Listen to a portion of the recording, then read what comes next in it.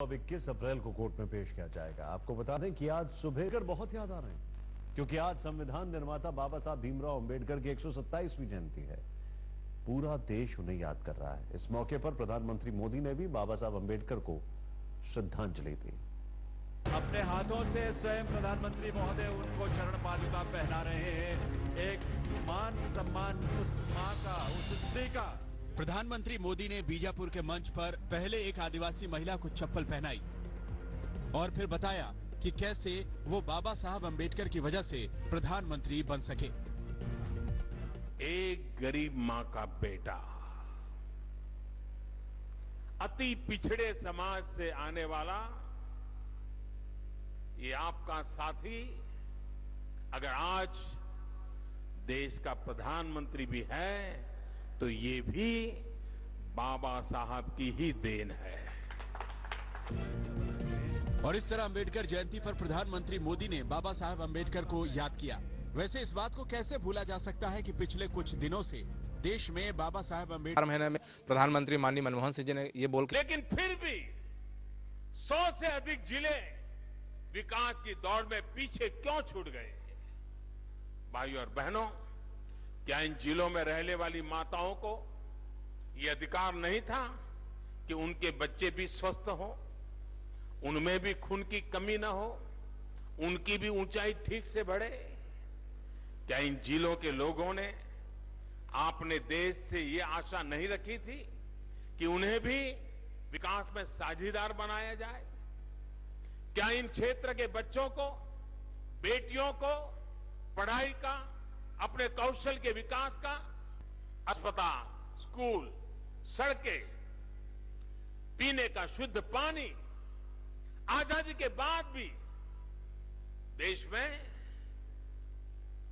बहुत कुछ होने के बावजूद भी अगर कोई कमी रह गई कि देश के 100 से ज्यादा जिले आज भी सामान्य से भी पीछे है। ये भी बहुत हैरत की बात है कि ये जो पिछड़े जिले कहे जाते हैं उनमें प्राकृतिक संसाधन बहुत प्रचुर मात्रा में है। आपके बीजापुर जिले के पास क्या नहीं है? सब कुछ है।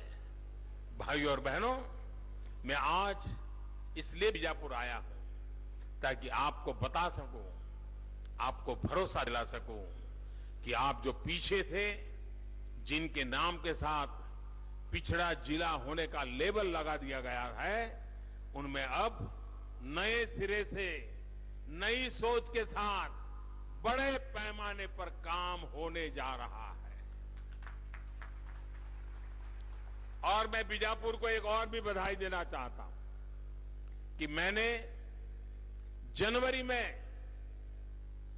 ये 100-125 डिस्ट्रिक्ट के लोगों को बुलाया था और उनको मैंने कहा था कि आज जहां है, अगर 3 महीने में जो तेज गति से आगे बढ़ेगा, मैं 14 अप्रैल को उस जिले में आऊंगा। मैं बीजापुर जिले की अधिकारियों की पूरी टीम को हृदय से बधाई देता हूं कि उन्होंने 3 महीने में ये जो 100 से अधिक पीछे थे उसमें सुधरने में नंबर 1 कर दिया। और एक प्रकार से उन्होंने जो करके दिखाया है उसे मैं सलाम करने आया हूं, उसे मैं नमन करने आया हूं और यहां से देख करके एक नई प्रेरणा भी लेने आया हूं ताकि देश के उन 115 जिलों को पता चले कि अगर बीजापुर 100 दिन में इतनी प्रगति कर सकता है तो 115 जिले भी आने वाले महीनों में बहुत तेज गति से प्रगति कर सकते हैं। मैं इन 115 एस्पिरेशनल डिस्ट्रिक्ट को सिर्फ अभिलाषी नहीं, सिर्फ आकांक्षी नहीं, महत्वाकांक्षी जिले कहना चाहता हूं। अब ये जिले आश्रित नहीं, पिछड़े नहीं रहेंगे। ये परिणाम, पराक्रम और परिवर्तन के नए मॉडल बनकर के उभरेंगे। इस विश्वास के साथ हम आगे बढ़ रहे हैं। भाइयों और बहनों, आप सोच रहे होंगे कि मैं ये बात इतने दावे के साथ कैसे कर सकता। यहां आने से पहले हमारी सरकार ने बीजापुर समेत 100 से ज्यादा जिलों का अध्ययन करवाया है। और कुछ कार्यों को शुरू करने, उसके नतीजों को परखा है। 3 महीने का हमारा अनुभव कहता है, अगर जिले के सभी लोग, जिले का प्रशासन, जिले के जनप्रतिनिधि, हर गली मोहल्ला गांव अगर इसी अभियान में साथ आ जाए, एक जन आंदोलन की तरह सब इसमें योगदान करे, तो वो काम हो सकता है जो पिछले 70 साल में भी आजादी के बाद नहीं हुआ था, वो आज हो सकता है।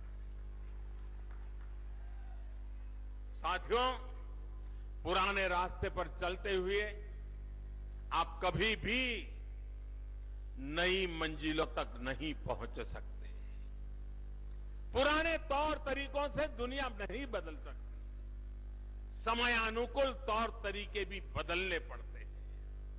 अगर नए लक्ष्यों को प्राप्त करना है तो नए तरीके से काम करना ही होता है। बीजापुर समेत जो देश के 115 पिछड़े जिले हैं, उनके लिए भी हमारी सरकार नई अप्रोच के साथ काम कर रही है। ये अप्रोच क्या है, इसका मैं आपको एक उदाहरण देता हूं। यहां बहुत बड़ी मात्रा में किसान भाई बैठे हैं, बड़ी सरलता से उनको ये समझ आ जाएगा।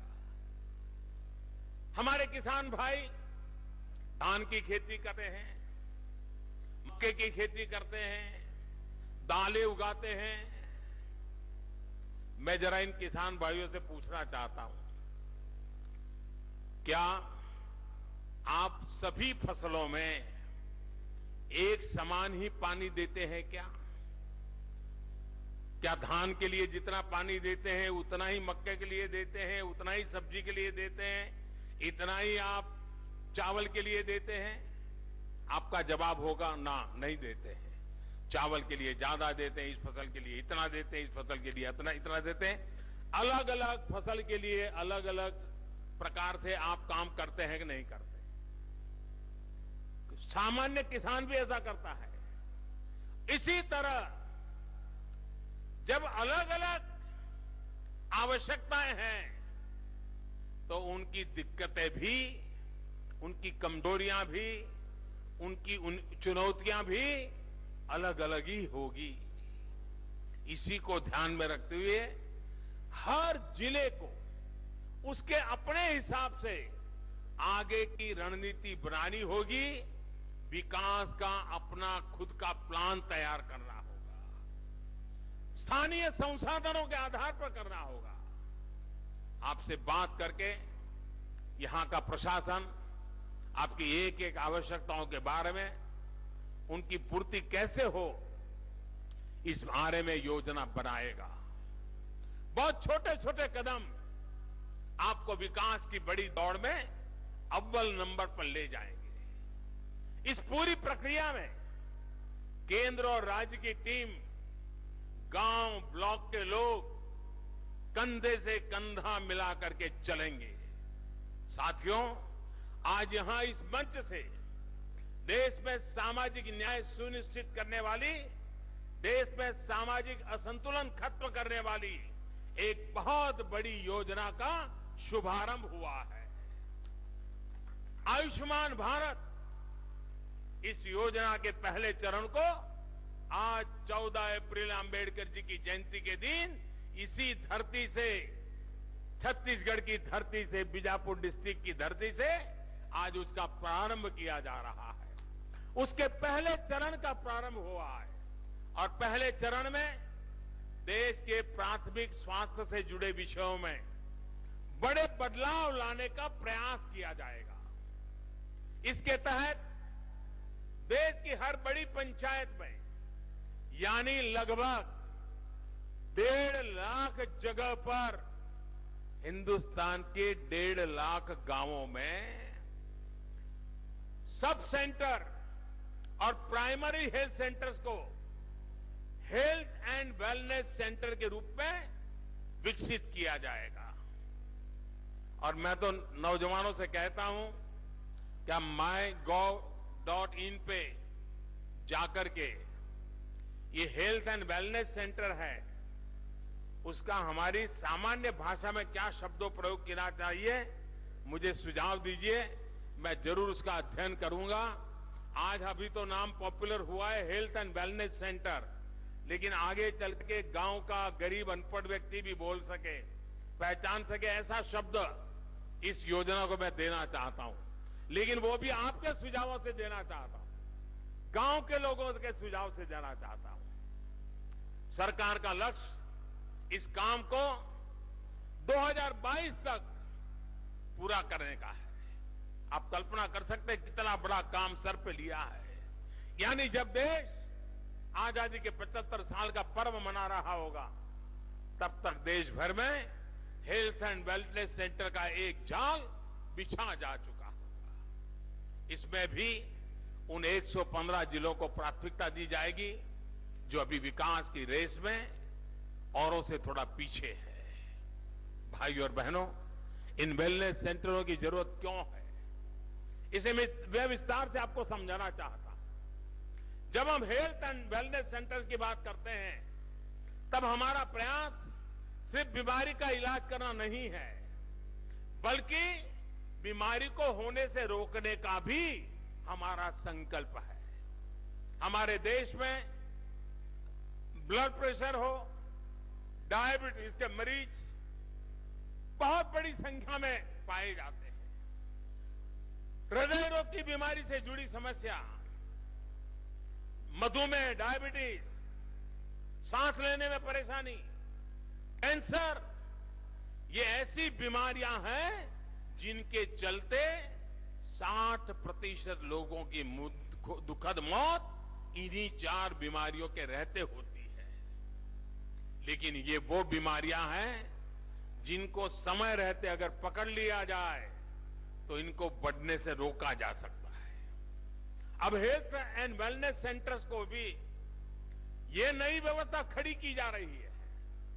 उसके माध्यम से तमाम तरह की जांच भी मुफ्त में करने का भरसक प्रयास किया जाएगा। साथियों, सही समय पर होने वाली जांच कैसे फायदेमंद होती है, इसका भी उदाहरण मैं आपको दूंगा। मान लीजिए 35 साल का कोई युवा जांच कराए और उसे ब्लड प्रेशर की समस्या का पता चल जाए, तो भविष्य में होने वाली कई गंभीर बीमारियों से पहले ही वो बच सकता है। अगर पहले से जांच कराकर सही समय पर दवा लेकर योग, व्यायाम या फिर कुछ आवश्यक परहेज बड़े खर्चे और रिस्क दोनों से बचा सकती है। मैं आज जब वेलनेस सेंटर का उद्घाटन कर रहा था तो एक 30-35 साल की बहन वहां मिली। उसको पता ही नहीं था उसको डायबिटीज है। डॉक्टर को आकर के कहा कि मुझे बहुत पानी पीने की तरस लगती है, मुझे चक्कर आते हैं, मुझे थकान महसूस होती है। जब डॉक्टर ने जांच की तो पता चला कि उसकी डायबिटीज बहुत खराब हालत में है। 30-32 साल की बहन से ही था कि उसको क्या बीमारी, लेकिन आज वेलनेस सेंटर में आई तो उसको पता चल गया और अब उसको पता चलेगा क्या खाना, कैसे रहना, वो उसको कंट्रोल करके बाकी बीमारियों से अपने आप को बचा पाएगी। इलाज से ज्यादा अहमियत पर जोर देने वाली इसी सोच को ये हेल्थ एंड वेलनेस सेंटर्स गांव-गांव पहुंचाने वाला है। ये हेल्थ एंड वेलनेस सेंटर एक प्रकार से गरीबों के फैमिली डॉक्टर की तरह काम करेगा। पुराने जमाने में मध्यम वर्गीय और बड़े परिवारों में फैमिली डॉक्टर हुआ करते थे। अब ये वेलनेस सेंटर ऐसा हो जाएगा जैसे वो आपके परिवार का ही एक्सटेंशन है, वो रोजमर्रा की आपकी जिंदगी के साथ जुड़ जाएगा। साथियों, आयुष्मान भारत की सोच सिर्फ सेवा तक सीमित नहीं है, बल्कि ये जन भागीदारी का एक आह्वान भी है, ताकि हम स्वस्थ, समर्थ और संतुष्ट न्यू इंडिया का निर्माण कर सकें। आज तो आयुष्मान भारत योजना के पहले चरण की शुरुआत हुई है। अब अगला लक्ष्य लगभग 50 के